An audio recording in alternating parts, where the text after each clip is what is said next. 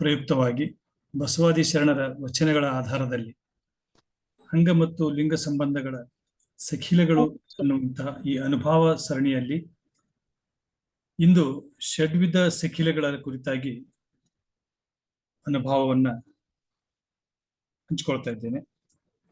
ಈ ಒಂದು ಕಾರ್ಯಕ್ರಮದಲ್ಲಿ ಪಾಲ್ಗೊಂಡಿರುವಂತಹ ಎಲ್ಲ ಶರಣ ತಂದೆ ತಾಯಿಗಳ ಪವಿತ್ರ ಆತ್ಮಕ್ಕೆ ಶರಣು ಶರಣಾರ್ಥಿಗಳು. ಈಗಾಗಲೇ ನಾವು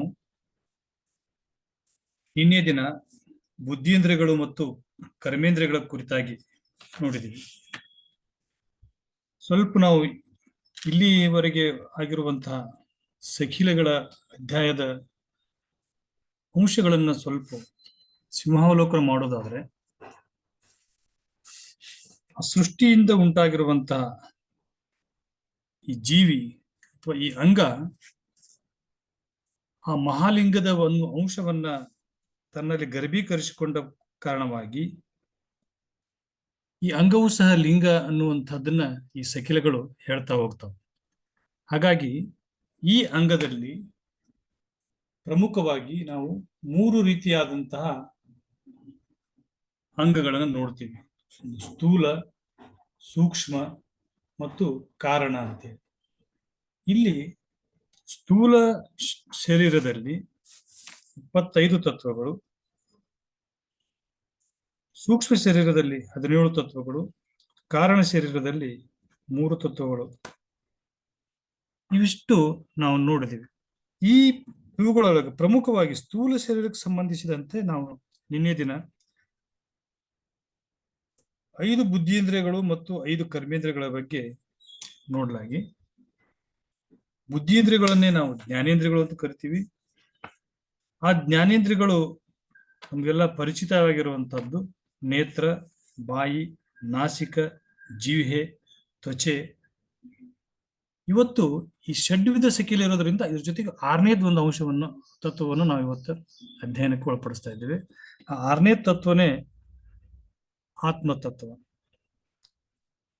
ಈ ಆತ್ಮ ಅನ್ನುವಂಥದ್ದನ್ನ ಬೇರೆ ಬೇರೆ ದರ್ಶನದೊಳಗಡೆ ಬೇರೆ ಬೇರೆ ರೀತಿಯಾದಂತಹ ಪದಗಳಲ್ಲಿ ಅದು ಬಳಕೆಯಾಗಿದೆ. ಕೆಲವು ಕಡೆ ಅದನ್ನ ಹೃದಯ ಅಂತನೂ ಬಳಸ್ತಾರೆ, ಕೆಲವು ಕಡೆ ಅದನ್ನ ಪರಮಾತ್ಮ ಅಂತನೂ ಬಳಸ್ತಾರೆ, ಕೆಲವು ಕಡೆ ಅದನ್ನ ಪ್ರಾಣ ಅಂತನೂ ಬಳಸ್ತಾರೆ. ಹೀಗೆ ಬೇರೆ ಬೇರೆ ಪದಗಳಿಂದ ಬಳಸಿದರೂ ಸಹ ಅದು 6ನೇ ತತ್ವ ಅನ್ನುವಂಥದ್ದನ್ನು ನಾವು ಗಮನಿಸ್ತಾ ಹೋದ್ರೆ, ಪಂಚಮಹಾಭೂತಗಳ ಉಂಟಾಗಿರುವಂತಹ ಈ ಪಂಚ ಬುದ್ಧೀಂದ್ರಿಯಗಳು ಮತ್ತು ಕರ್ಮೇಂದ್ರಿಯಗಳು ಒಂದಕ್ಕೊಂದು ಸಂಬಂಧವನ್ನು ಹೊಂದಿರೋದನ್ನು ನಿನ್ನೆ ನೋಡಿದೆನು. ಈ ಬುದ್ಧೀಂದ್ರಿಯಗಳಿಗೆ ಜೊತೆಗೆ ಈ ಕರ್ಮೇಂದ್ರಿಯಗಳು ಸಹ ನೇರವಾದಂತ ಒಂದು ಸಂಬಂಧ. ಅಂದ್ರೆ ಬುದ್ಧೀಂದ್ರಿಯಗಳು ಅಥವಾ ಜ್ಞಾನೇಂದ್ರಿಯಗಳು ಏನ್ ಮಾಡ್ತಾವ ಅಂದ್ರೆ ಜ್ಞಾನವನ್ನ ಅಂಗಕ್ಕೆ ತೆರೆದುಕೊಳ್ತಾವ, ಅಂದ್ರೆ ಅಂಗಕ್ಕೆ ಜ್ಞಾನವನ್ನ ಕೊಡ್ತಾವ. ಯಾವಾಗ ಜ್ಞಾನವನ್ನ ಪಡಿತದಲ್ಲ, ಆ ಪಡೆಯುವಂತ ಪ್ರಕ್ರಿಯೆಗಳಿಗೆ ಯಾವ ಅಂಗ ಸಹಾಯ ಆಗ್ತದಲ್ಲ ಅವುಗಳಿಗೆ ನಾವು ಕರ್ಮೇಂದ್ರಿಯಗಳು ಅಂತ ಕರಿತೀವಿ.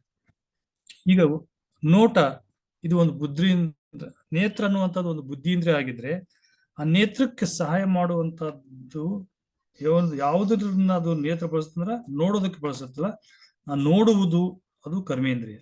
ಹಾಗೇನೆ ನಿನ್ನೆ ದಿವಸ ನಾವು ನೋಡಿದ ಹಾಗೆ ಇಲ್ಲಿ ಬಾಯಿ ಅದು ರುಚಿಸ್ತದ, ನಾಸಿಕ ಇದು ಮೂಸಿಸ್ತದ, ಜಿಹ್ವೆ ಇದು ರುಚಿಸ್ತದ, ತ್ವಚೆ ಇದು ಮುಟ್ತದ, ಆತ್ಮ ಇದು ತೃಪ್ತಿ ಪಡ್ತದೆ. ಹೀಗೆ ನಾಸಿಕದ ಕಾರ್ಯ ಮೂಸಿಸುವುದು, ಜಿಹ್ವೆ ಕಾರ್ಯ ರುಚಿಸುವುದು, ತ್ವಚೆಯ ಕಾರ್ಯ ಮುಟ್ಟುವುದು. ಇದನ್ನೇ ಉನ್ನತವಾದಂತಹ ಜ್ಞಾನದೊಳಗೆ ಜ್ಞಾನ, ಜ್ಞಾತ್ನು, ದ್ರೇಯ ಅಂತ ಕರೀತಾರೆ. ಅವುಗಳ ಬಗ್ಗೆ ಮುಂದಿನ ಒಂದು ಸೈಕಲ್ಗಳು ಬರ್ತದೆ, ಅವು 3ದ್ರ ಬಗ್ಗೆ ನೋಡೋಣ. ಯಾವುದನ್ನ ನಾವು ಜ್ಞಾನಕ್ಕ ಒಳಪಡಿಸಿಕೊಂಡು ನಮ್ಮ ಅರಿವಿಗೆ ತಗೊಂಡ್ಬರ್ತೀವಲ್ಲ, ಇವುಗಳಿಗೆ ಸಹಾಯಕವಾಗಿ ಈ ಬುದ್ಧೀಂದ್ರಿಯಗಳು ಕರ್ಮೇಂದ್ರಿಯಗಳು ಕೆಲಸ ಮಾಡ್ತವೆ. ಈ ಬುದ್ಧೀಂದ್ರಿಯಗಳು ಕರ್ಮೇಂದ್ರಿಯಗಳನ್ನ ನಿಯಂತ್ರಿಸುವಂತ 6ನೇ ಇಂದ್ರಿಯವಾಗಿನೇ ಇವತ್ತು ನಮ್ಮ ಜೊತೆಗೆ ಆತ್ಮದ ಬಗ್ಗೆ ನಾವು ಚರ್ಚೆ ಮಾಡಬಹುದು. ಆತ್ಮದ ಒಂದು ಕರ್ಮೇಂದ್ರಿಯ ಯಾವುದಂದ್ರೆ ತೃಪ್ತಿ. ಈಗ ನಾವು ಒಂದು ಹಣ್ಣನ್ನು ನೋಡ್ತೀವಿ, ನಾವು ನೋಡೋದಕ್ಕೆ ನೇತ್ರ ಸಹಾಯ ಮಾಡುತ್ತೆ, ಅದು ಹಣ್ಣು ಅನ್ನುವಂತ ಒಂದು ಅರಿವು ಬರುತ್ತೆ. ಹಣ್ಣು ಅಂತ ಅರಿವು ಬಂದ ಮೇಲೆ ಅದನ್ನು ಬಾಯಿ ಒಳಗಿಟ್ಕೊಂಡು ರುಚಿಸ್ತೀವಿ. ಬಾಯಿ ಬುದ್ಧೀಂದ್ರಿಯ, ರುಚಿಸೋದು ಕರ್ಮೇಂದ್ರಿಯ ಆಗ್ತದೆ. ಅದರದ್ದು ವಾಸನೆಯನ್ನು ನೋಡ್ತೀವಿ, ಮಾವಿನ ಹಣ್ಣದನ್ನು ಬೇರೆ ಯಾವ್ದು ಹಣ್ಣಿದೆ ಅಂತೇಳಿ. ಅಲ್ಲಿ ನಾಸಿಕ ಕರ್ಮೇಂದ್ರಿಯ ಆಗ್ತದೆ, ನಾಸಿಕ ಬುದ್ಧೀಂದ್ರಿಯ ಆಗ್ತದೆ. ವಾಸನೆ ಏನಾಗ್ತದಪ್ಪ ಅಂತಂದ್ರೆ ಕರ್ಮೇಂದ್ರಿಯ ಆಗ್ತದೆ. ಅದನ್ನ ಬಾಯಿ ಒಳಗೆ ಇಟ್ಟಾಗ ಅದ್ರ ರುಚಿ ಬರ್ತದಲ್ಲ, ಅದನ್ನ ರುಚಿಸುವುದು ಯಾವ್ದಪ್ಪ ಅಂತಂದ್ರೆ ಕರ್ಮೇಂದ್ರಿಯ. ರುಚಿ ಯಾವ್ದಕ್ ಅಂಗಕ್ಕಂದ್ರೆ ಜೀವಿಯ ಮೂಲಕ.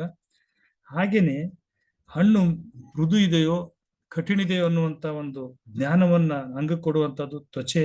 ಅದು ಎಲ್ಲವನ್ನು ತಿಂದ ನಂತರ ತೃಪ್ತಿ ಉಂಟಾಗ್ತದಲ್ಲ, ಇದು 6ನೇ ತತ್ವ. ತೃಪ್ತಿ ಅನ್ನುವಂಥದ್ದು ಅದು ಆತ್ಮಕ್ಕೆ ಸಂಬಂಧಪಟ್ಟಿರುವಂತದ್ದು. ಹೀಗೆ ಈ ಷಡ್ವಿಧ ಸಕಿಲದೊಳಗಡೆ ನಾವು 6ನೇ ತತ್ವವಾಗಿ ಆತ್ಮ ಮತ್ತು 6ನೇಯ ಕರ್ಮೇಂದ್ರಿಯವಾಗಿ ತೃಪ್ತಿ ಅನ್ನುವಂಥದ್ದನ್ನ ಗಮನಿಸ್ಕೋಬೇಕಾಗತ್ತೆ. ಇವೆಲ್ಲವನ್ನು ನಿಯಂತ್ರಿಸೋದು ಯಾವುದು ಅಂದ್ರೆ ಮನಸ್ಸು. ಹಣ್ಣನ್ನು ತಿನ್ನಬೇಕು ಅನ್ನುವಂತ ಮನಸ್ಸು ಬಂದ್ರೆ ಇವೆಲ್ಲ ಪ್ರಕ್ರಿಯೆಗಳು ನಡೀತಾವ. ಹಣ್ಣನ್ನು ತಿನ್ಬೇಕು ಅನ್ನುವಂತ ಮನಸ್ಸೇ ಬರ್ಲಿಲ್ಲ ಅಂದ್ರೆ ಇವೆಲ್ಲ 6 ತತ್ವಗಳು ಯಾವ ಕಾರ್ಯವನ್ನು ಮಾಡದೆ ಹಾಗೇನೆ ಇರ್ತಾವ. ಅದಕ್ಕೆ ಇಲ್ಲಿ ಹೇಳ್ತಾರೆ, ನೋಡುವುದು, ನುಡಿಯುವುದು, ಮೂಸಿಸುವುದು, ರುಚಿಸುವುದು, ಮುಟ್ಟುವುದು, ಹಾಗೇನೆ ತೃಪ್ತಿ ಪಡುವುದು ಅಂತ ಹೇಳ್ತಾರೆ. ಈ ಸ್ಥೂಲ ದೇಹದ ಎಲ್ಲಾ ಕೆಲಸಗಳು ಇಂದ್ರಿಯಗಳಿಂದ ನಡೀತೈತಿ. ಕೆಲಸಗಳು ಮಾಡೋದಕ್ಕೋಸ್ಕರವಾಗಿ ಅವಕ್ಕೆ ಕರ್ಮೇಂದ್ರಿಯ ಅಂತ ಕರೆದ್ರು. ಇದನ್ನೇ ಅಕ್ಕಮಾದೇವರು ಹೇಳಿದ್ರು, ಲೋಕದ ಚೇಷ್ಟೆಗೆ ರವಿ ಬೀಜವಾದಂತೆ ಕರ್ಣಂಗಳ ಚೇಷ್ಟೆಗೆ ಮನವೇ ಬೀಜ ಅಂತ ಹೇಳಿದ್ರು.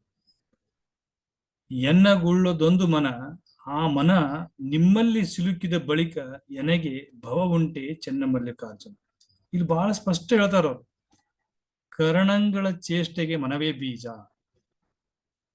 ಈ 6 ಕರ್ಮೇಂದ್ರಿಯಗಳು ಏನದಾವಲ್ಲ, ಈ ಕರ್ಮೇಂದ್ರಿಯಗಳಿಗೆ ಬೀಜ ಯಾವ್ದಂದ್ರೆ ಮನಸ್ಸು ಅಂತ ಹೇಳ್ತಾರೆ.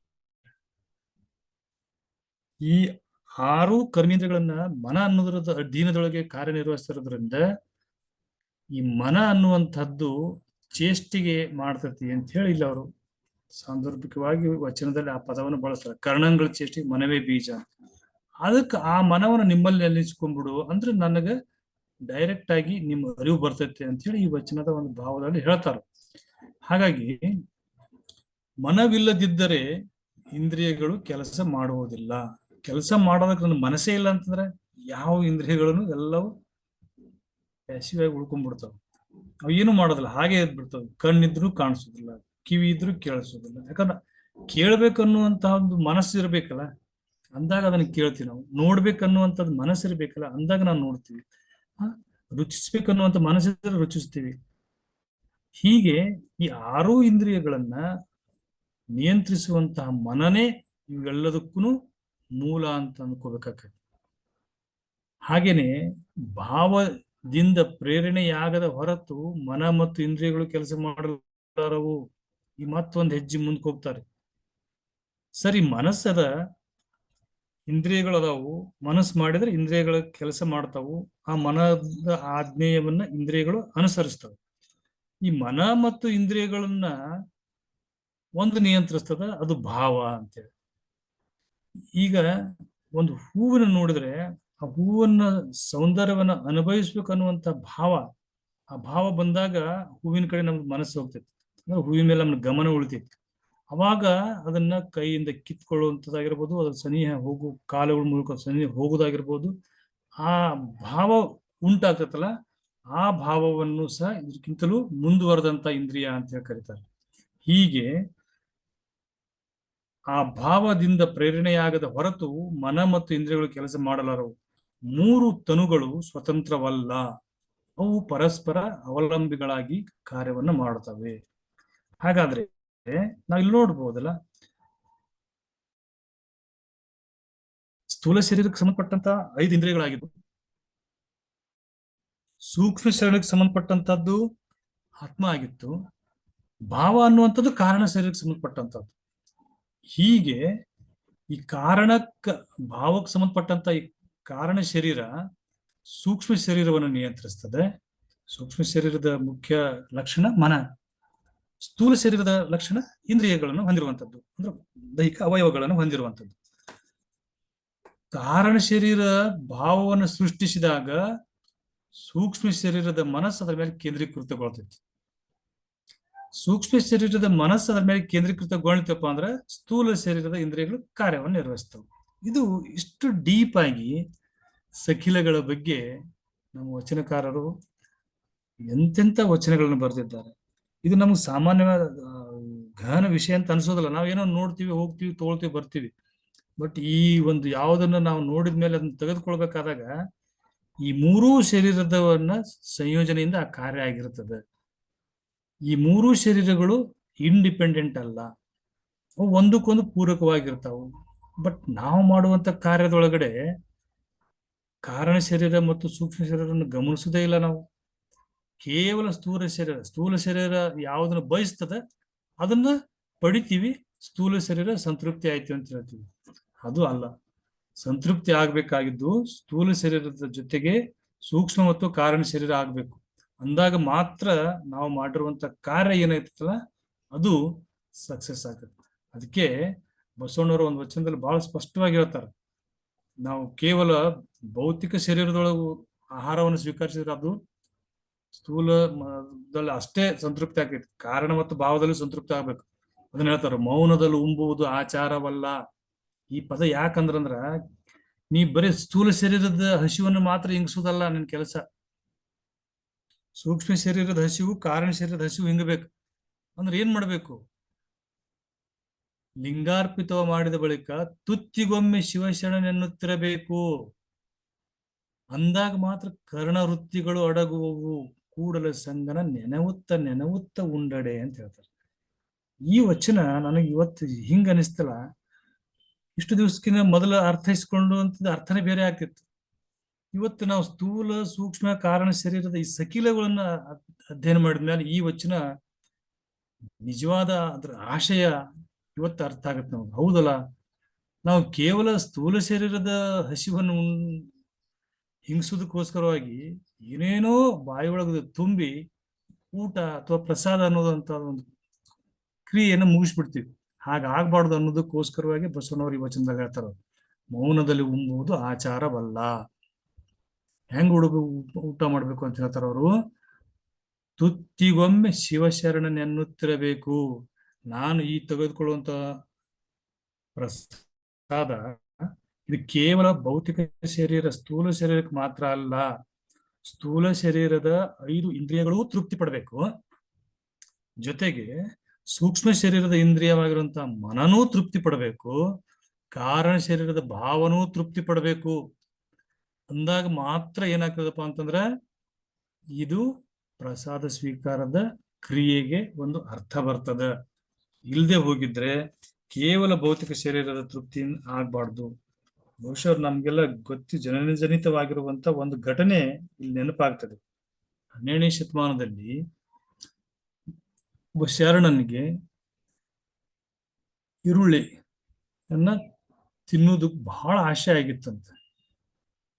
ಅವನಿಗೆ ಅವನ ಆಶೆಯನ್ನು ಈಡೇರಿಸಬೇಕಾಗಿತ್ತಂದ್ರೆ ಬಸವಣ್ಣವ್ರಿಗೆ ಅಥವಾ ಆ ಶರಣನಿಗೆ ಆ ಈರುಳ್ಳಿ ತಿನ್ನುವಂತ ಆಶೆ ಆದಾಗಿದ್ದಕ್ಕೆ ಕತೆ ಒಳಗೆ ಬರ್ತದೆ. ಈರುಳ್ಳಿ ತುಂಬಿದ ಒಂದು ಬಂಡಿ ಒಳಗಡೆ ಈರುಳ್ಳಿಯ ಹಾರವನ್ನೇ ಹಾಕಿ ಈರುಳ್ಳಿಯದ ಕೈ ಕಂಕಣವನ್ನು ಕಟ್ಟಿ ಈರುಳ್ಳಿದೇ ಒಂದು ಕಿರೀಟವನ್ನು ಮಾಡಿ ಎಲ್ಲವೂ ಸಹ ಈರುಳ್ಳಿಯದ್ದು ಮಾಡಿ ಅವನಿಗೆ ಅರ್ಪಿಸ್ತಾರಂತ. ಅವಾಗ ಹೇಳ್ತಾರಂತಾರ ಬಸವಣ್ಣವ್ರು, ತಗೋ ಇದನ್ನ ತಿನ್ನು, ಇದ್ರ ಬಗ್ಗೆ ನಿನಗೆ ಬಹಳ ಆಸೆ ಇತ್ತಲ್ಲ, ಇದನ್ನ ಸ್ವೀಕರಿಸು ಅಂತ ಹೇಳಿ ತಮ್ಮ ಸ್ಥೂಲ ಶರೀರಕ್ಕೆ ಹೇಳ್ತಾರಂತ. ಅಂದ್ರೆ ಕೇವಲ ಸ್ಥೂಲ ಶರೀರವನ್ನು ತೃಪ್ತಿಪಡಿಸುವುದಲ್ಲ, ಸೂಕ್ಷ್ಮ ಶರೀರನೂ ಬಯಸಬೇಕು, ಕಾರಣ ಶರೀರನೂ ಬಯಸಬೇಕು. ಅಂದಾಗ ಮಾತ್ರ ನಾವು ಪ್ರಸಾದ ರೂಪ ತಗೋಬೇಕು.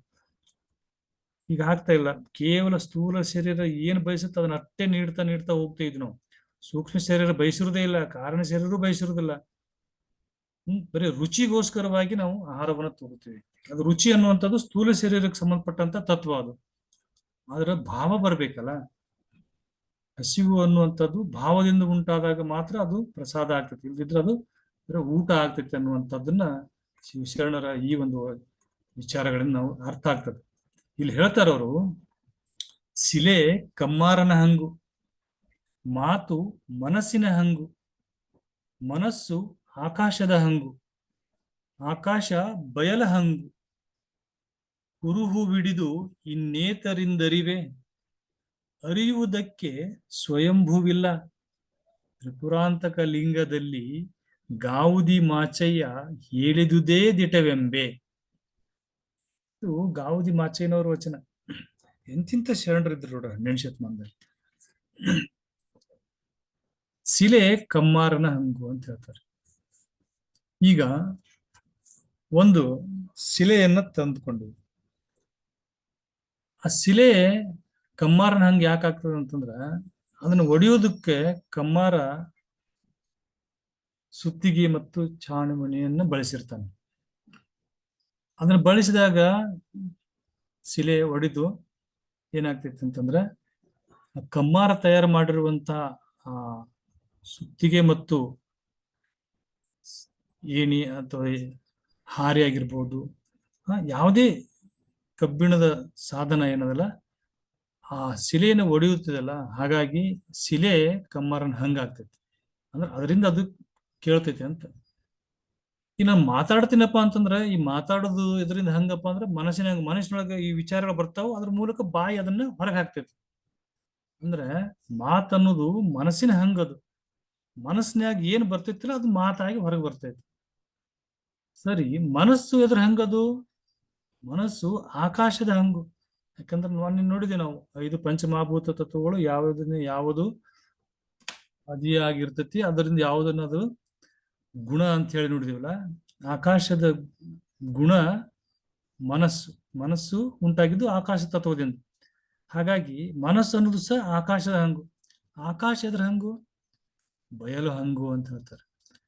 ಬಯಲು ಅಂತಂತಂದ್ರೆ ಅದು ಮಹಾಲಿಂಗ, ಅಲ್ಲಿಂದ ಉಂಟಾಗಿರುವಂಥದ್ದಲ್ಲ. ಪಂಚಮಹಾಭೂತಗಳು ಉದ್ಗಮ ಆಗಿರೋದೇ ಈ ಮಹಾಲಿಂಗ ತತ್ವದಿಂದ.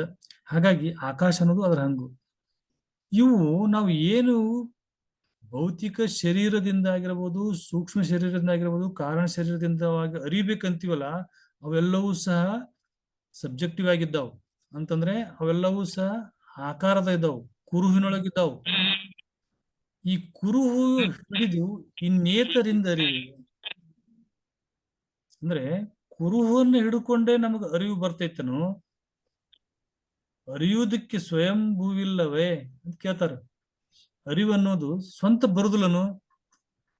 ಇವರು ಗಾವುದಿ ಮಾಚಯ್ಯನವರು ಎಲ್ಲಿವರೆಗೆ ಪ್ರಶ್ನೆಗೆ ಹೋಗಿದ್ದಾರೆ ಅಂತಂದ್ರೆ, ಕಾರಣ ಶರೀರ ನಾವಾಗಲೇ ನೋಡಿದೇವಲ್ಲ, ಕಾರಣ ಶರೀರ ಭಾವವನ್ನು ಸೃಷ್ಟಿ ಮಾಡ್ತದೆ ಅಂತ ಹೇಳ್ತೀವಲ್ಲ, ಈ ಭಾವಕ್ಕ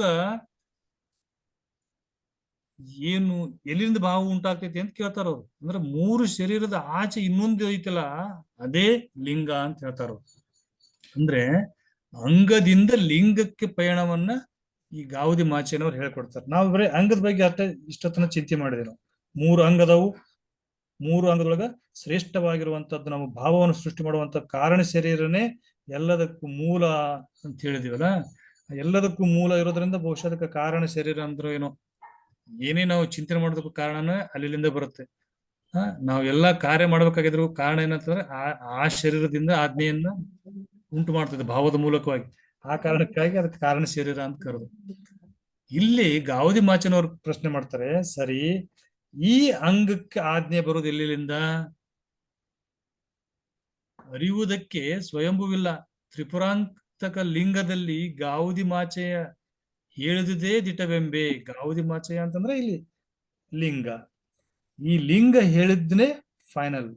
ಈ ಅಂಗ ಇದ್ದ ಯಾವುದೇ ಚಟುವಟಿಕೆಗೂ ಸಹ ಕಾರಣವಾಗಿರುವಂತಹದ್ದು ಲಿಂಗ ಅಂತೇಳಿ, ಹೀಗೆ ಅಂಗ ಮತ್ತು ಲಿಂಗಗಳ ಸಂಬಂಧವನ್ನ ಇಲ್ಲಿ ಗಾವುದಿ ಮಾಚಯ್ಯನವರು ಷಡ್ವಿಧ ಶಕೀಲದ ಮೂಲಕ ನಮಗೆ ತಿಳಿಸಿಕೊಡ್ತಾರೆ. ಹೀಗೆ ಕ್ರಿಯೆಗಳು ಸ್ಥೂಲ ಮತ್ತು ಸೂಕ್ಷ್ಮ ಶರೀರಗಳಿಂದ ಉಂಟಾಗುತ್ತವೆ. ಅವುಗಳ ಪರಿಣಾಮವು ಕಾರಣ ಶರೀರದಲ್ಲಿ ಒಡಮೂಡುತ್ತದೆ. ಭಾವದಾಗ ಬಂದಾಗ ಮಾತ್ರ ಈ ಕ್ರಿಯೆಗಳು ನಡೀತಾವ. ಕಾರಣ ಶರೀರವು ಈ ಅನುಭವಗಳನ್ನು ಕಾದಿಡುತ್ತದೆ. ಇದು ಬಹಳ ಇಂಪಾರ್ಟೆಂಟ್. ಈಗ ನಾವು ಯಾವುದೋ ಒಂದು ವಸ್ತುವನ್ನು ನೋಡ್ತೀವಿ ಅಥವಾ ಯಾವುದೋ ಒಂದು ಹಣ್ಣನ್ನ ನಾವು ಸ್ವೀಕರಿಸ್ತೀವಿ. ಹಣ್ಣಿನ ರುಚಿಯನ್ನು ನಮಗೆ ಇವೆಲ್ಲವನ್ನ ನಾವು ಗಮನಿಸಿದಾಗ ಹಣ್ಣಿನ ರುಚಿ ತೃಪ್ತಿ ಆಗಿದ್ದಾಗ ತಾತ್ಕಾಲಿಕ ಅದು. ಬಟ್ ಅದನ್ನ ನಾವು ಸ್ಟೋರ್ ಮಾಡಿ ಇಟ್ಕೋಬೇಕಲ್ಲ. ಈ ಒಂದ್ ಸರ್ತಿ ನಾವು ಲಿಂಬು ಹಣ್ಣನ್ನ ನಾವು ರುಚಿ ನೋಡಿದೇವೆ ಅಂದ್ರೆ, ಚಿಕ್ಕ ಮಗು ಇದ್ದಾಗ ಆ ಲಿಂಬಿ ಹಣ್ಣಿನ ರುಚಿ ಅನ್ನೋದು ನೆಕ್ತಪ್ಪ ಅಂದ್ರೆ ನೆಕ್ಸ್ಟ್ ದೊಡ್ಡದಾದಾಗೂ ಸಹ ಅದು ಆ ಜ್ಞಾನವನ್ನ ಸ್ಟೋರ್ ಮಾಡ್ಕೊಂಡಿರ್ತೈತಿ. ಇಲ್ಲ, ಇದು ಈ ರೀತಿಯಾದಂತಹ ಒಂದು ರುಚಿಯನ್ನು ಹೊಂದಿದೆ. ಮಾವಿನ ಹಣ್ಣಿಂದ ರುಚಿ ಒಂದ್ ಬೇರೆ ಇದೆ. ಹಾಗೇನೆ ಬೇರೆ ಬೇರೆ ಹಣ್ಣುಗಳ ರುಚಿ ಅನ್ನೋದು ಸ್ಟೋರ್ ಮಾಡ್ಕೋತೈತಲ್ಲ, ಇದು ಎಲ್ಲಿ ಸ್ಟೋರ್ ಆಗ್ತೈತೆ ಅನ್ನೋದನ್ನ ಇಲ್ಲಿ ವಚನಕಾರ ಹೇಳ್ತಾರೆ.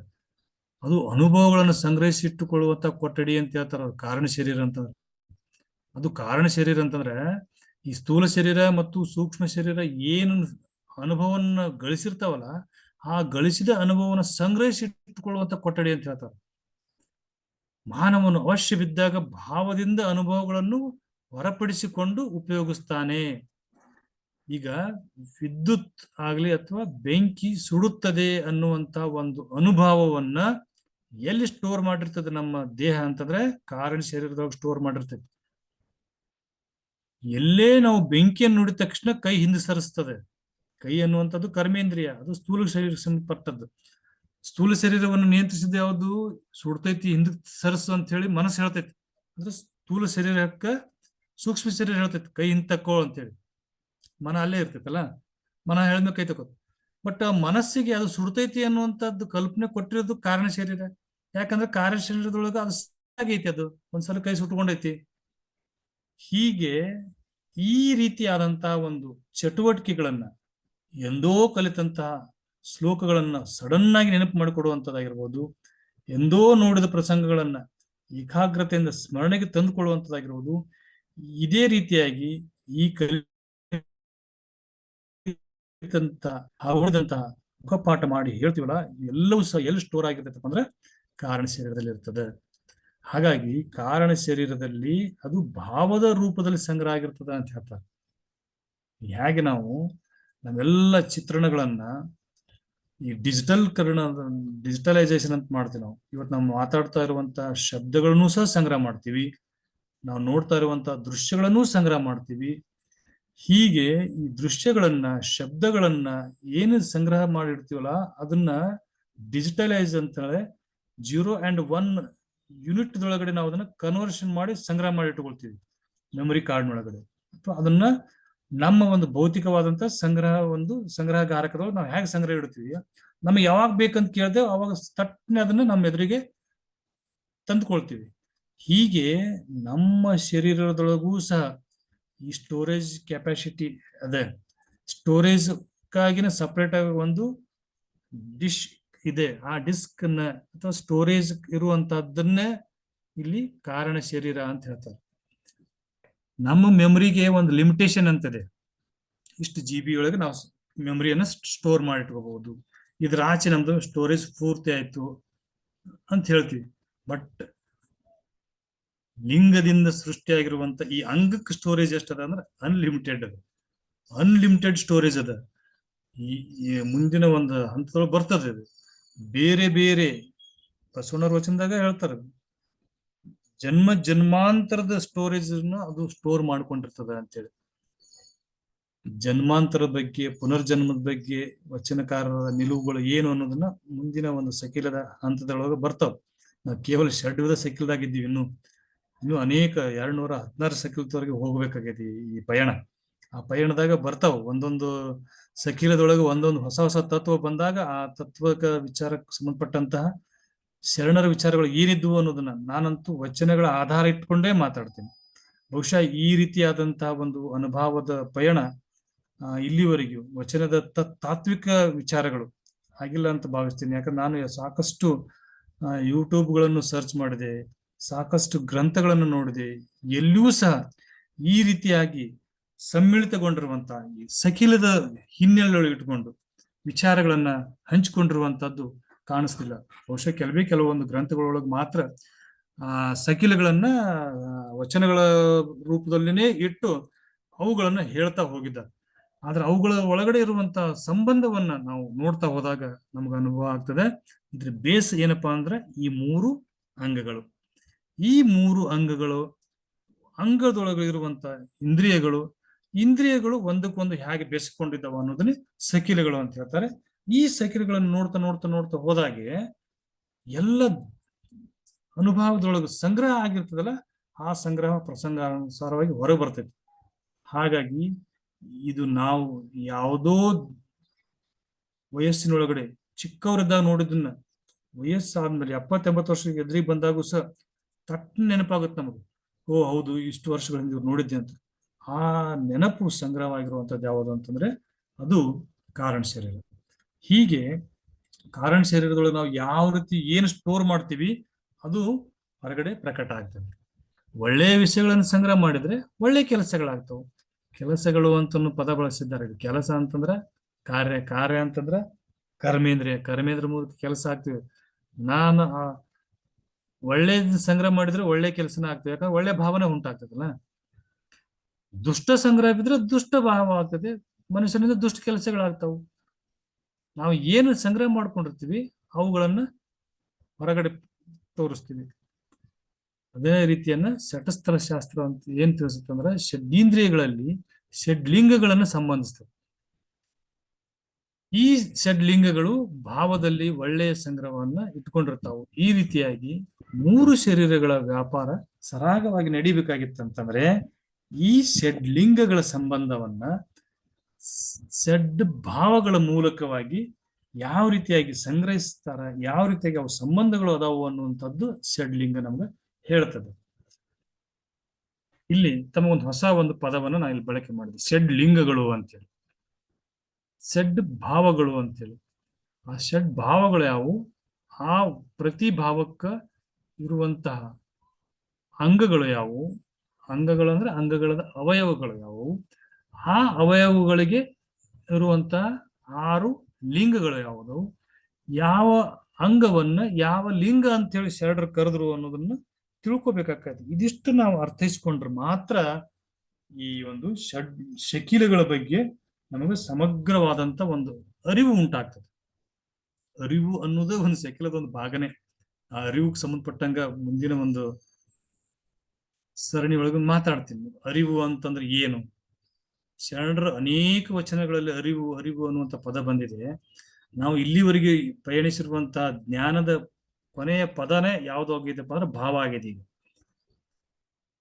ಮನ ಅನ್ನುವಂಥದ್ದನ್ನು ದಾಟಿ ನಾವು ಈ ಭಾವಕ್ಕೆ ಬಂದಿದ್ದೀವಿ. ಭಾವದ ನಂತರ ಅರಿವು ಉಂಟಾಗ್ತದೆ. ಆ ಅರಿವು ಅನ್ನುವಂಥದ್ದು ಆ ಭಾವದಲ್ಲಿ ಸಂಗ್ರಹವಾಗಿರುವಂತಹ ಜ್ಞಾನ ಏನಿದಲ್ಲ, ಆ ಜ್ಞಾನವನ್ನ ವಿಮರ್ಶಿಸುವಂತಹದ್ದು ಅರಿವಾಗ್ತದೆ. ಅದು ನೋಡೋಣ ಮುಂದಿನ ಹಂತದಲ್ಲಿ. ಇಲ್ಲಿ ನಮ್ಮ ಉದ್ದೇಶ ಏನಪ್ಪಾ ಅಂತಂದ್ರೆ ಷಡ್ವಿಧ ಸಕಿಲಗಳದವು, 6 ರೀತಿಯಾದಂತಹ ತತ್ವಗಳು ಯಾವುದವು ಅವುಗಳನ್ನು ನೋಡೋಣ. ಇಂದ್ರಿಯಗಳಿಂದ ಕ್ರಿಯೆಗಳಾಗುತ್ತವು. ಅವುಗಳ ಕ್ರಿಯೆಗಳಿಗೆ ನಾವು ಲಿಂಗ ಕ್ರಿಯೆಗಳು ಅಂತ ಕರಿತೀವಿ. ಯಾಕಂದ್ರೆ ಆ ಕ್ರಿಯೆಗೆ ಉಂಟು ಮಾಡೋದಕ್ಕೆ ಇಂದ್ರಿಯವನ್ನ ಬಳಸ್ತದಲ್ಲ, ಆ ಬಳಸುವಂತ ಇಂದ್ರಿಯಕ್ಕೆ ಪ್ರಚೋದನೆ ಕೊಡುವಂತ ಲಿಂಗಕ್ಕೆ ಮೂಲಕವಾಗಿ ಆ ಇಂದ್ರಿಯ ಆ ಕ್ರಿಯೆಯನ್ನು ಮಾಡುತ್ತದೆ. ಲಿಂಗ ಕ್ರಿಯೆಗಳು ಅಂತ ಅಂತಾರೆ. ಇಂದ್ರಿಯಗಳ ಮುಖವಾಗಿ ಬರುವ ಭೋಗವೆಲ್ಲವೂ ಲಿಂಗ ಪ್ರಸಾದ ಅಂತ ಹೇಳ್ತಾರೆ. ಹಾಗಾನೆ ಇಂದ್ರಿಯಗಳಲ್ಲಿ ಲಿಂಗ ಸಂಬಂಧಪಡಿಸುವುದು ಅವಶ್ಯ. ನಾವು ಯಾವುದೋ ಒಂದು ಇಂದ್ರಿಯನ್ನು ಮಾಡ್ತೀವೋ ಅದಕ್ಕೊಂದು ಲಿಂಗವನ್ನು ಪ್ರಕ್ರಿಯೆಯನ್ನು ನಾವು ಹೊಂದಾಣಿಕೆಯನ್ನು ಮಾಡಬೇಕು. ಒಂದು ಲಿಂಗವೇ 3 ತನುಗಳನ್ನು ಕುರಿತು ಇಷ್ಟ, ಪ್ರಾಣ, ಭಾವಲಿಂಗ ಅಂತ ಹೇಳಿ 3 ರೂಪ ಆಗಿರ್ತದೆ.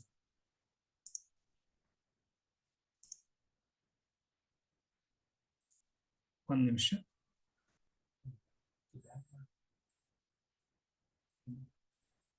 ಹೀಗೆ ನಾವು ಒಂದು ಲಿಂಗವೇ 3 ತನುಗಳನ್ನು ಕುರಿತು ಇಷ್ಟ, ಪ್ರಾಣ, ಭಾವ ಅಂತೇಳಿ ಒಂದೊಂದು ಲಿಂಗ ಅಂಗಕ್ಕೆ ಒಂದೊಂದು ಲಿಂಗವನ್ನು ಜೋಡಿಸ್ತೀವಿ.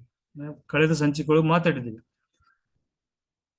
ಸ್ಥೂಲ ಶರೀರಕ್ಕೆ ಇಷ್ಟಲಿಂಗ, ಸೂಕ್ಷ್ಮ ಶರೀರಕ್ಕೆ ಪ್ರಾಣಲಿಂಗ, ಕಾರಣ ಶರೀರಕ್ಕೆ ಭಾವಲಿಂಗ ಅಂತೇಳಿ. ಹೀಗೆ 3 ಲಿಂಗಗಳು, ಈ 3 ಲಿಂಗಗಳದವಲ್ಲ 6 ಇಂದ್ರಿಯಗಳಿಗೆ ಕುರಿತಾಗಿ ಹೊಂದಾಣಿಕೆ ಮಾಡ್ತಾರೆ. ಇಂದ್ರಿಯಗಳಿಗೆ 6 ಲಿಂಗಗಳನ್ನ ಸಖಿಲವನ್ನ ರೂಪದಲ್ಲಿ ಜೋಡಿಸ್ತಾರೆ.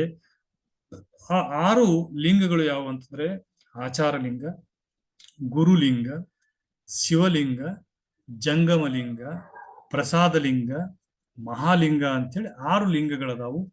ಆ 6 ಲಿಂಗಗಳು ಕರ್ಮೇಂದ್ರಿಯಗಳು ಮತ್ತು ಜ್ಞಾನೇಂದ್ರಿಯಗಳ ಜೊತೆಗೆ ಸಂಬಂಧವನ್ನು ಹೊಂದಿದ್ದಾವು. ಆ ಸಂಬಂಧಗಳು, ಆ ಲಿಂಗಗಳು ಯಾವುವು ಅನ್ನೋದನ್ನು ಕುರಿತಾಗಿ ಇಷ್ಟು ಷಡ್ವಿಧ ಸಖಿಲಗಳಿದ್ದಾವೆ.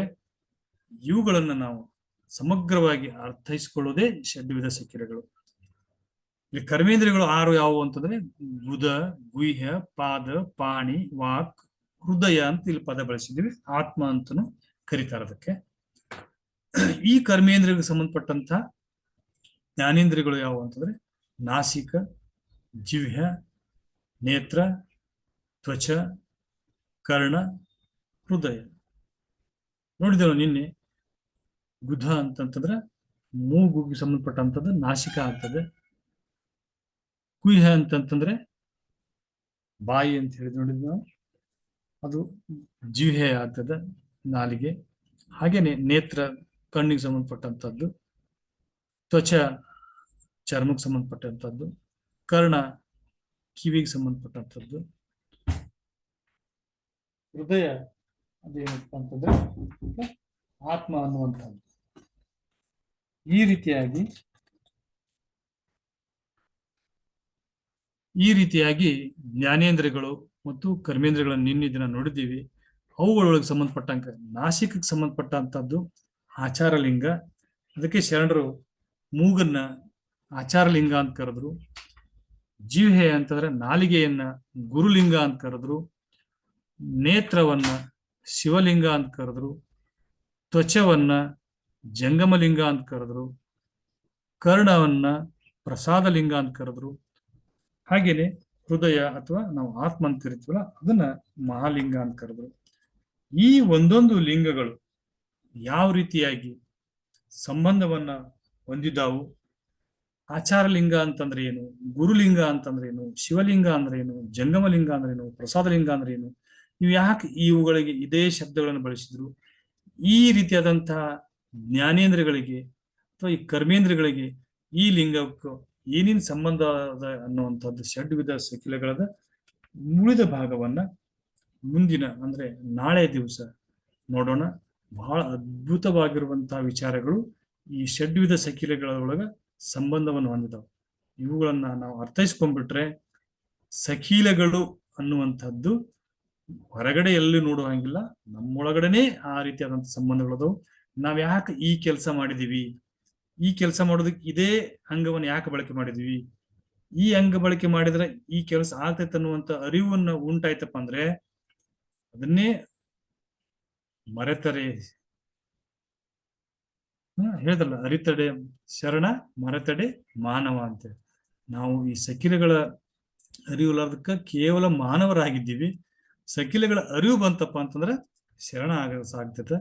ಆ ಕಾರಣಕ್ಕಾಗಿನೇ 12ನೇ ಶತಮಾನದೊಳಗೆ ಇರುವಂತವ್ರು ಎಲ್ಲರೂ ಸಹ ಶರಣರು. ಯಾಕಾದ್ರಂದ್ರ ಚನ್ನಬಸವಣ್ಣವ್ರಂತವ್ರ, ಅಲ್ಲಂ ಪ್ರಭು ಅಂತವ್ರು, ಅಕ್ಕಮಹಾದೇವಿ, ಬಸವಣ್ಣವ್ರು ಅಂತವ್ರ ವಚನದೊಳಗೆ ನಾವು ಸಖಿಲಗಳನ್ನು ಕಾಣ್ತೀವಿ ಅಂತಂದ್ಮೇಲೆ ಈ ಸಖಿಲಗಳ ಜ್ಞಾನವನ್ನು ಶರಣರಿಗೆ ಕೊಟ್ಟಂತವ್ರು ಇವರೇ. ಇವರ ವಚನದೊಳಗೆ ನಾವು ಸಖಿಲಗಳ ಒಂದು ವಿಚಾರ ನೋಡ್ತೀವಿ. ಆ ಕಾರಣಕ್ಕಾಗಿ ಆ ಸಖಿಲಗಳನ್ನು ತಿಳ್ಕೊಂಡೇ ಅವರು ಶರಣರಾಗಿದ್ದಾರೆ. ಸಖಿಲಗಳನ್ನು ತಿಳ್ಕೊಂಡಿಲ್ಲ ಅಂತ ತಿಳ್ಕೊಂಡೇ ನಾವು ಮಾನವರಾಗಿದ್ದೀವಿ. ಮಾನವರವು ಶರಣರಾಗೋದಕ್ಕೆ ಅಂದ್ರೆ ಅಂಗ ಲಿಂಗ ಆಗೋದಕ್ಕೆ ಏನು ಸಂಬಂಧ ಐತಲ್ಲ ಆ ಸಖಿಲಗಳನ್ನ ನಾವು ಅರಿತುಕೊಳ್ಳೋದು ಅಷ್ಟೇ ಅವಶ್ಯಕತೆ ಅದ. ಈ ಮೂಲಕವಾಗಿ ಸಖಿಲಗಳನ್ನ ನಾವು ಸಮಗ್ರವಾಗಿ ಅರ್ಥಕೊಂಡ್ಬಿಟ್ರೆ ನಾವು ನೋಡುವಂತ ವಚನಗಳನ್ನು ನೋಡುವಂತ ನಮ್ಮ ದೃಷ್ಟಿಕೋನನೇ ಚೇಂಜ್ ಆಗಿ ಹೋಗ್ಬಿಡ್ತೈತಿ.